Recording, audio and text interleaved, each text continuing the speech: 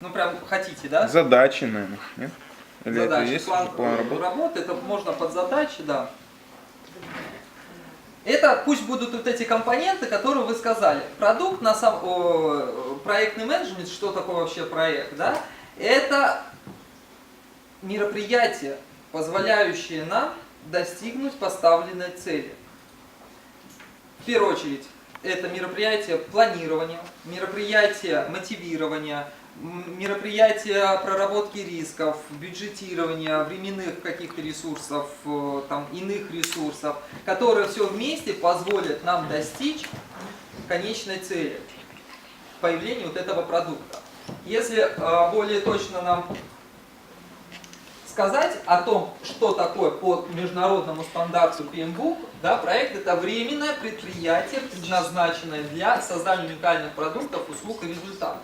Но я вам дам более развернутое понимание того, что такое проект, более развернуто. Это комплекс взаимосвязанных мероприятий, направленных на достижение поставленных задач с четко определенными целями в течение заданного периода времени при установленном бюджете. Вот эти три понятия, время, бюджет и